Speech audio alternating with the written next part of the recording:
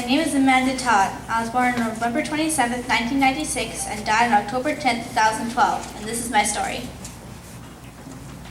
It all started in 7th grade when Amanda started using a webcam to meet new friends over the internet in her family's new town. She started getting compliments on her looks, but it soon took a turn for the worse. After a year of persuasion by a certain male friend on the internet whom she had never met, Amanda took an inappropriate photo and sent it to this individual. This individual later used this photo against her, threatening that he would show everyone at her school this photo if she didn't continue to show him more things.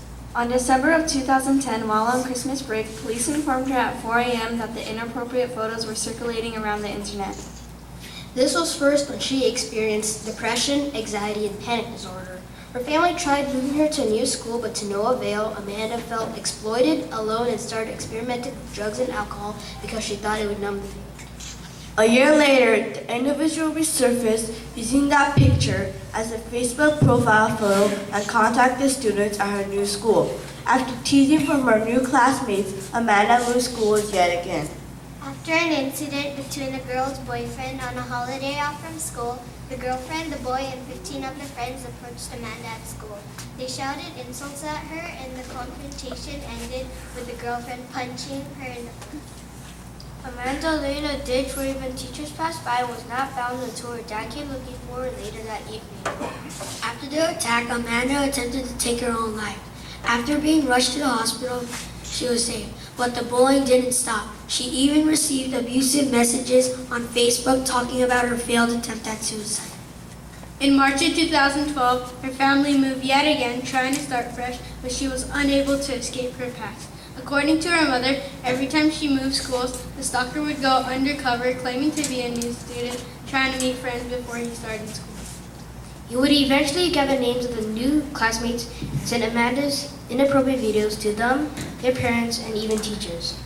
6 months later, further abusive messages were still being sent via social media sites, and her mental state worsened. Amanda began hurting herself as a cry for help. Despite the counseling she was getting and the prescribed medication she was taking, life became too much and she attempted suicide yet again. After surviving the second attempt at taking her own life, the cruel students were still taunting her about her being in the psych ward, her learning disability, and failing grades. It all became too much for Amanda. On October 10, 2012 at 6 p.m., Amanda was found dead in her home. After 3 suicide attempts, she had finally succeeded in taking her own life. Just a month before her suicide, Amanda had created a YouTube video in which she silently held up note cards about her experiences the past couple years. She knew she had made one mistake, but did she really deserve all this? 3 days after her death, on October 13th, the video went viral, getting over 17 million views. Her YouTube video helped gain tips from the public on who her possible bullies were. The investigation was hindered by many people who gave out false information. Some even went as far as creating fake accounts pretending to raise money for a family. On October 19, 2012, a series of vigils were held across Canada and internationally to remember Amanda and other victims of bullying. Amanda's mother was invited to speak at an anti-bullying conference on that same day with such big names as Demi Lovato, Magic Johnson, and British Columbia Premier Christy Clark. But on that day, she was denied entry for the fear that it would upset other people in attendance. She was later invited back for event. On November 18, 2012, 600 people gathered in her hometown for a final farewell in a theater.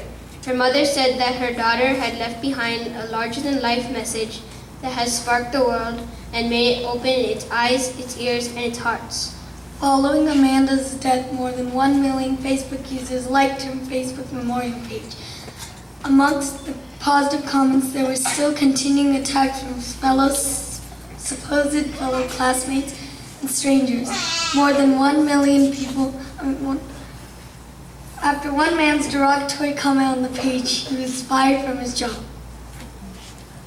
There were 20 investigators assigned to her case, who conducted interviews and reviewed content on social media sites.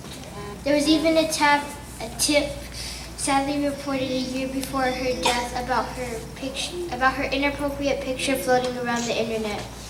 Once law enforcement looked into it, they said there was nothing they can do. There were a few leads leading investigators toward the stalker who caused so much grief in Amanda's life. But it wasn't until April of 2014 when Dutch police caught a 35-year-old man in the Netherlands on multiple accounts for internet luring, child pornography, criminal harassment, and extortion that Amanda's stalker was finally put behind bars. He was found to be a perpetrator in multiple cases of young children across Canada and in the Netherlands. He was 35 years old at the time, pretending to be a young boy. Still sits in jail today awaiting trial.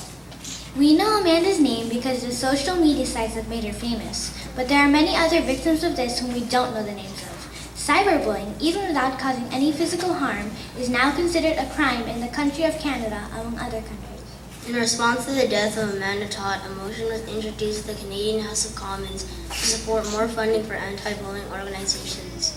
There is also an Amanda Todd Trust Fund at the Royal Bank of Canada that accepts donations for young people with mental health problems. All of this bullying started with a girl, her computer, and a webcam.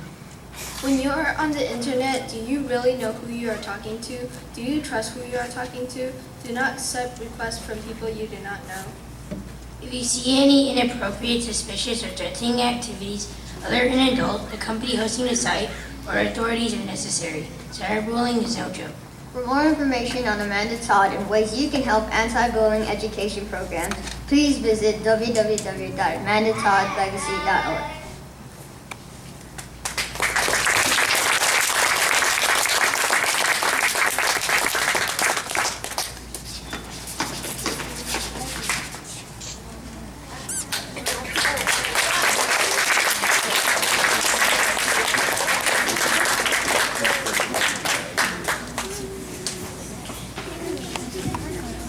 Thank you guys, that concludes our performance. I encourage you to talk to your students about those kind of things if you feel they're ready for that. 6th grade is a time where they're entering junior high and that kind of stuff becomes more prevalent. I'm gonna have everybody come on up. You guys can put your papers down if you want real quick in Ms. Stallings' class, and then I'll have them come up and you guys can take a quick photo if you want of all our 6th graders.